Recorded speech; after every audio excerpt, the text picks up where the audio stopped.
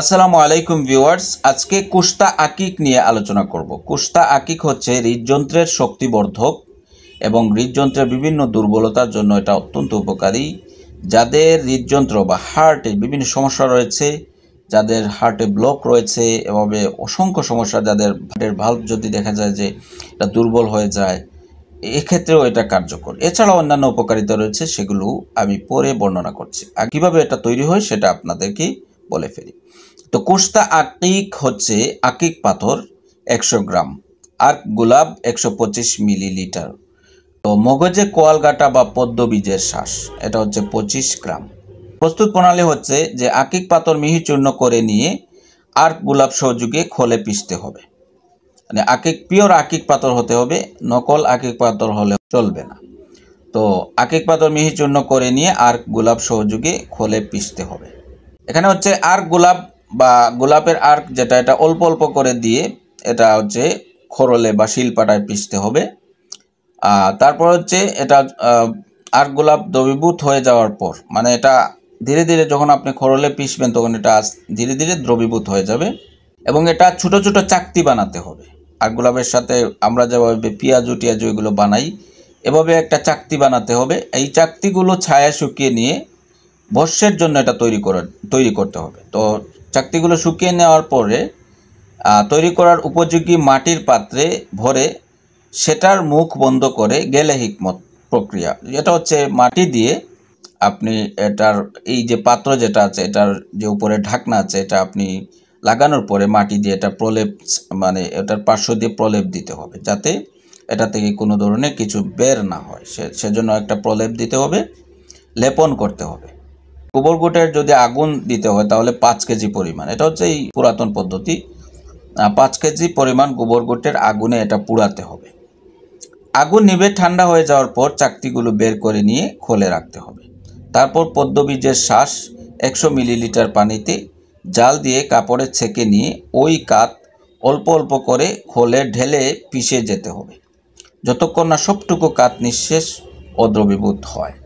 অতঃপর একই আকারের চাকতি বানিয়ে পুনরায় যথা নিয়মে 5 কেজি গোবর গোটের আগুনে পোড়াতে হবে। কুস্তার বর্ণ হবে সাদা। এখন হচ্ছে এটা 2 বার এটা পোড়াতে হবে, মানে প্রথম একবার পোড়ানোর পরে আবার এটা আপনি নামাবেন। নামানোর পরে আপনি ঢাকনাটা খুলে আপনি ভিতরের যে ইয়েটুকু আছে, ছাইটুকু আছে, এটা আপনি বের করবেন। আবার আপনি পদ্ম বীজের শ্বাস দিয়ে এটা আপনি আবার খোরল করবেন। তারপরে হচ্ছে এটা আবার 5 কেজি গোবর গোটের আগুনে এটা আবার পোড়াতে হবে, আর এটার বর্ণ হবে সাদা। কুস্তার বর্ণ হবে সাদা। কুস্তা আকিকের ক্রিয়া কি, মানে এটা আপনি কোন রোগীকে দিবেন বা এটা শরীরে যাওয়ার পরে আপনার এটা ক্রিয়া কি হয়, সেটা হচ্ছে হৃদযন্ত্রের শক্তিবর্ধক এবং রক্তরোধক। যে কারো যদি রক্ত যায় শরীর থেকে, সেটারও কাজ করবে। হৃদযন্ত্রের শক্তিবর্ধক, হার্টে বিভিন্ন সমস্যা রয়েছে তাদের ক্ষেত্রে এটা অত্যন্ত উপকারী এবং হার্টের শক্তি বাড়ায়। তারপর হচ্ছে প্রয়োগ ক্ষেত্র হচ্ছে আপনি কি রোগে প্রয়োগ করবেন। এটা হচ্ছে প্রয়োগ ক্ষেত্র হচ্ছে কোন কোন রোগের ক্ষেত্রে এটা প্রয়োগ করবেন।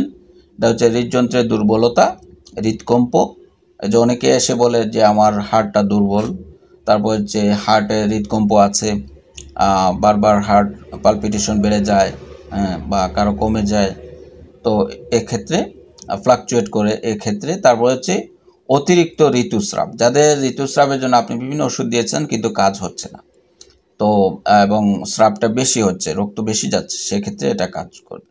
তারপর হচ্ছে রক্তক্ষরণ, যে কারো দেখা যায় যে অনেক সময় মস্তিষ্কে রক্তক্ষরণ হয়, কারো দেখা যায় যে শরীর থেকে বিভিন্ন জায়গা থেকে রক্তক্ষরণ হচ্ছে, সেক্ষেত্রেও আপনারা এটা দিতে পারেন। তো এটা হচ্ছে অনুপান হিসাবে আপনি বিভিন্ন ওষুধের সাথে মিক্স করে দিতে হয়। তো এক্ষেত্রে হচ্ছে এখানে সাধারণ মানুষ আপনারা যারা আছেন তাদের জন্য কিন্তু এই ভিডিওগুলো আসলে না, এটা হচ্ছে ইউনানি হাকিমদের জন্য এবং যারা এই ওষুধগুলো নিয়ে গবেষণা করছেন বা তৈরি করছেন তাদের ক্ষেত্রে এটা উপকারী। তো আপনারা চেষ্টা করবেন এগুলো নিজে না করে, আপনি যদি সাধারণ কোনো মানুষ হন তাহলে আপনি এগুলো নিজে না করে একজন হাকিমকে দিয়ে করাবেন এবং এটার পরামর্শ নেবেন, পরামর্শের সাথে এটা খাবেন। কুস্তা কিন্তু যে কোনোভাবে খাওয়া যাবে না, এটার অনেক বিধিনিষেধ রয়েছে, তো সেক্ষেত্রে লক্ষ্য রাখবেন। তাহলে ভিউয়ার্স, এখন বিদায় নিচ্ছি। আসসালামু আলাইকুম ওয়া রাহমাতুল্লাহি ওয়া বারাকাতুহু।